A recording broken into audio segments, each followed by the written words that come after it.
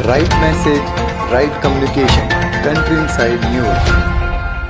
नमस्कार, आप देख रहे हैं कंट्री इनसाइड न्यूज। मैं हूं सौरभ निगम। देखिए हमारे एडिटर कौशलेंद्र परासर की ये एक्सक्लूसिव रिपोर्ट। नमस्ते, देख रहे हैं कंट्री इनसाइड न्यूज़ का यूट्यूब प्लेटफॉर्म और हमारे साथ मौजूद हैं आज़ाद समाज पार्टी के प्रदेश अध्यक्ष जौहर आज़ाद साहब। जौहर आज़ाद साहब बहुजन समाज को जोड़ने के लिए, बहुजन समाज को जागरूक करने के लिए और बहुजन समाज में चेतना भरने के लिए बिहार भ्रमण पर निकल रहे हैं। 8 फरवरी को इनकी यात्रा शुरू होगी। सम्राट अशोक ने जहां अपना शस्त्र का त्याग किया था चंपारण में, चंपारण की धरती से ये अपनी यात्रा की शुरुआत करने जा रहे हैं और 6 मार्च को इनकी यात्रा समाप्त होगी। लेकिन इनसे सवाल करने से पहले सबसे पहला मेरा सवाल है कि आप बहुजन समाज की बात करते हैं, भारत शांतिप्रिय देश है।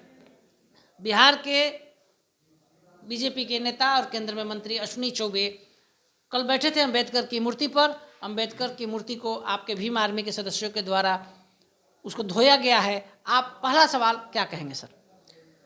देखिए, अश्विनी चौबे जी चूँकि रिटायर हो चुके हैं, उनकी उम्र हो गई है। मैं नहीं चाहता हूँ जिस उम्र में उनको नाती पोता खिलाना चाहिए वो फिर भी सपना देख रहे हैं। तो अगर वो मुंगेरी लाल का सपना देखते हैं या दूसरे अडवाणी बनने का सपना उनका है तो मैं नहीं जानता हूँ। जिस तरह से उन्होंने अंबेडकर चौक को अपने कब्ज़े में ले लिया और अंबेडकर जी की मूर्ति के नीचे बैठ गए, हवन करने लगे, तो इससे हमें आपत्ति थी। हमारे भीम आर्मी के संयोजक अनिल प्रधान जी वहाँ मौजूद थे। वो अपनी टीम को लेकर गए। उनका सिर्फ इतना कहना था कि शांतिपूर्वक आप यहाँ से हटिए और कहीं और अपना धरना लेके जाइए, क्योंकि बाबा साहब ने कभी भी किसी धर्म का समर्थन नहीं किया। वो बौद्ध धर्म अपना चुके थे और जिस तरह से इनके सरकार में उनकी मूर्तियाँ तोड़ी जाती है तो हमें इसका भी खतरा था कि मूर्ति आहत न हो, तो वो माना नहीं। और उसके बाद भाजपा के लोगों ने और उनके लोगों ने जो गुंडागर्दी की है, वो तो ये भी कह रहे हैं कि हमारे लोग जो है बदमाशी कर रहे थे, रोड़ाबाजी कर रहे थे। पूरी वीडियो है, पुलिस उसकी साक्षी है, सरकार जो है ज़िला जो एडमिनिस्ट्रेशन है वो साक्षी है उसका। तो मैं उनको यही कहना चाहता हूँ कि आराम कीजिए। आपका समय भी हो गया है, उम्र भी हो गया है, आराम कीजिए, चाय पीजिए, तिलकुट खाइए, लिट्टी खाइए और घर में आराम कीजिए। राजनीति से ऐसे लोगों को संन्यास लेना चाहिए। मुझे ऐसे भी लगता है कि 70 साल के बाद कोई भी व्यक्ति हो, उससे राजनीति से संन्यास लेना चाहिए, युवाओं को मौका देना चाहिए। जौहर साहब, आप बिहार भ्रमण पर निकल रहे हैं अपने आज़ाद पार्टी की तरफ से। आपके जो सैकड़ों समर्थकों के साथ आपकी बिहार यात्रा शुरू हो रही है।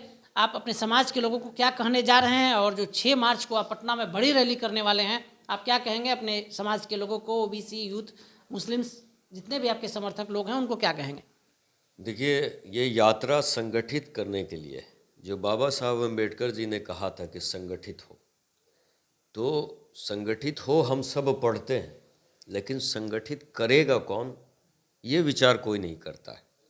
तो मैं चूँकि हमारे नेता माननीय राष्ट्रीय अध्यक्ष चंद्रशेखर आज़ाद जी जो पूरे देश में बहुजन समाज को एक करने पे लगे हैं, मैं उसी रास्ते पे चलते हुए बिहार में 1009 किलोमीटर की पदयात्रा कर रहा हूँ। बिहार के गांव-गांव से निकलूँगा।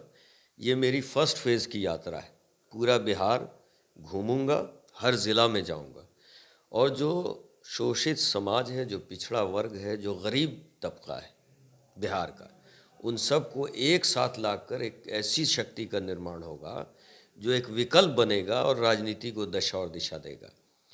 आपको मैं बताता चलूं कि अभी हमने श्री कृष्ण में वो हॉल में एक प्रोग्राम किया था आज़ाद समाज पार्टी का। उसमें लगभग 25 से 30 हज़ार लोग आए थे।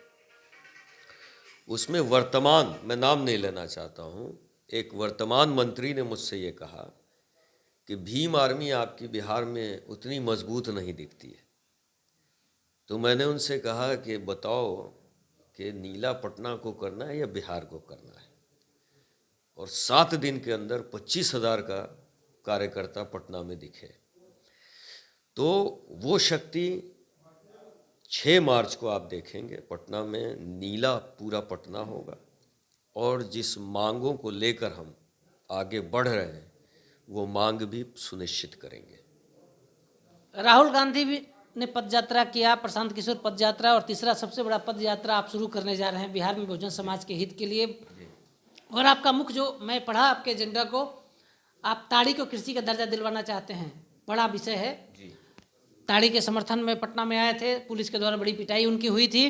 तो 6 मार्च को पुनः अगर पुलिस के द्वारा आप यह मांग करने मुख्यमंत्री से मिलने जाएंगे मेमोरेंडम लेकर, अगर बड़ी कार्रवाई पुलिस की तरफ से की जाती है तो आप बिहार के मुख्यमंत्री से क्या अपील करना चाहते हैं?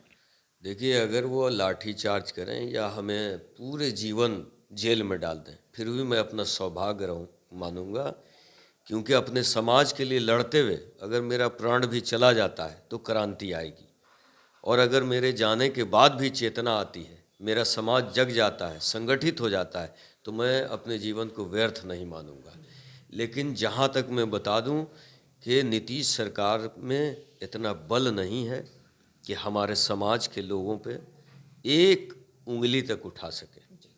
मैं चैलेंज करता हूं आपके माध्यम से कि हमारे समाज के व्यक्ति के किसी एक व्यक्ति पे भी अन्याय होगा तो भीम आर्मी फ्रंट में आकर लड़ेगी।